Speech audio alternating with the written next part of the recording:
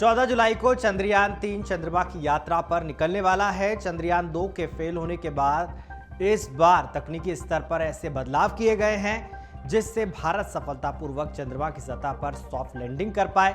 ISRO chief S Somnath ने कहा कि चंद्रयान 3 में उन सभी तकनीकी पहलुओं के सुधार की कोशिश की गई है जो कि चंद्रयान 2 की असफलता के कारण बने थे।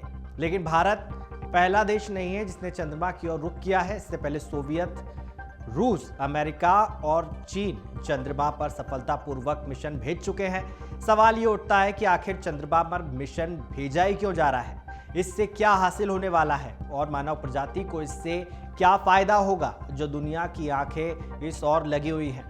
याद कीजिए, चांद पर पहली बार पैर रखने वाले अपोलो एस्ट्रोनॉट नील आर्मस्ट्रांग के जूतों के निशान के बारे में, जिसके बारे में दावा किया जाता है कि वो अंतरिक्ष से दिखता है। क्या आपके मन में ये सवाल नहीं उठता कि 1969 से लेकर अब तक चंद्रमा की सतह पर यह निशान कैसे बना हुआ है? तो इसका जवाब है कि चंद्रमा पर वातावरण का ना होना, जिसकी वजह से वहां आंधियां या तूफान नहीं चलते। दरअसल 4 अरब साल पहले जब हमारे सौरमंडल का निर्माण हुआ था, तब तमाम एस्टेरॉयड और उल्कापिंडों की सभी ग्रहों और उपग्रहों पर बारिश हो रही थी, जिससे सभी ग्रहों और उपग्रहों पर तमाम तरह के क्रेटर्स का निर्माण हुआ। इन्हीं उल्कापिंडों की वजह से पृथ्वी पर पानी और माइक्रो ऑर्गेनिज्म भी आए, जिससे पृथ्वी पर जीवन का विकास हुआ।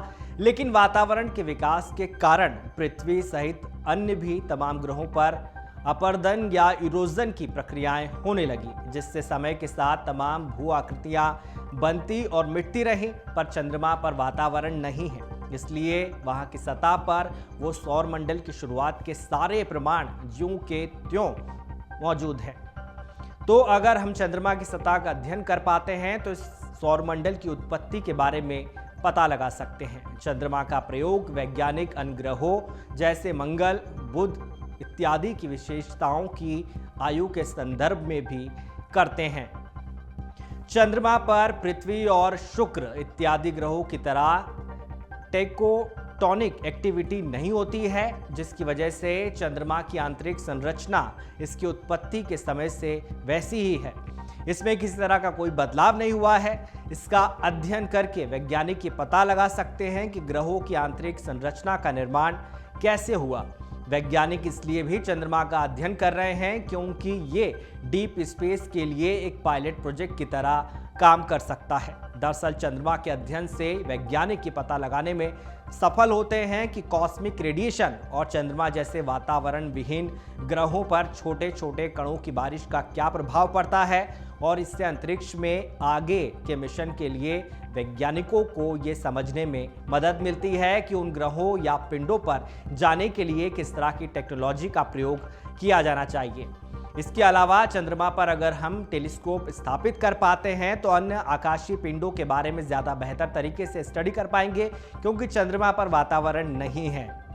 आपको बता रहे हैं, भविष्य में बेहतर तकनीक के विकास के लिए वहां के खनिजों का उपयोग मनुष्य अपने लिए कर सकता है। दरअसल चंद्रमा पर हीलियम 3 काफ़ी मात्रा में है, जो कि पृथ्वी पर बहुत कम मात्रा में पाई जाती है।